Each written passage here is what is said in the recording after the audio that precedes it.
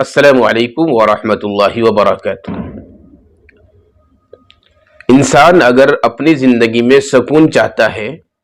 اپنی زندگی میں اطمینان چاہتا ہے، تو اس کے لیے سب سے ضروری یہ بات ہے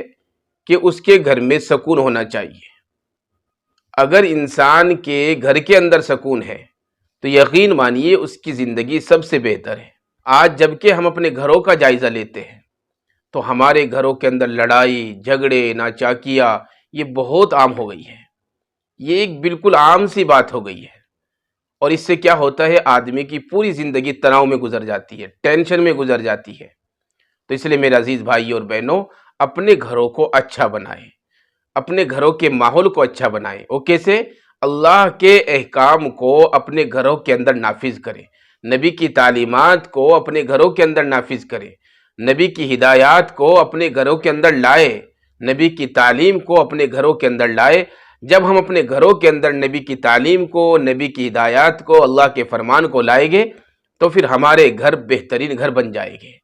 اور ہمارے گھروں کے اندر سکون آ جائے گا، اور پھر ہماری جو نسلیں ہیں وہ بھی ہمیں دیکھ کر اچھی زندگی گزارنے والی بن جائے گی۔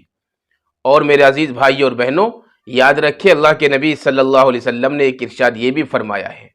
کہ لوگ اپنے گھروں کو کیسے گھر بنا سکتے ہیں، یعنی سب سے اچھے گھر کون سے ہوتے ہیں۔ تو اللہ کے نبی نے ارشاد فرمایا کہ گھرانوں میں سب سے بہترین گھر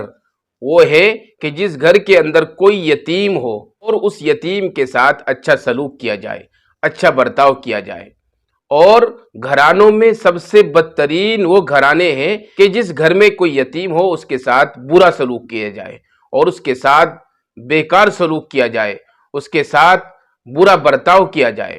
اس کا مطلب یہ ہے، یعنی کہ اگر کسی کے گھر میں کوئی یتیم رہتا ہے، کسی کے ماں باپ مر گئے، کسی چچا کے یہاں کوئی یتیم رہتا ہے، کسی تاؤ کے یہاں کوئی یتیم رہتا ہے، کسی بھی رشتہ دار کا گھرانہ ہو سکتا ہے، تو ہمیں چاہیے کہ اگر ہم اپنے گھروں کو اچھا بنائیں تو ہم یتیموں کے سر پر بہترین پیار سے ہاتھ رکھیں۔ یاد رکھیں اللہ کے نبی نے یہ ارشاد فرمایا کہ جس یتیم کے ساتھ اچھا سلوک کیا جائے گا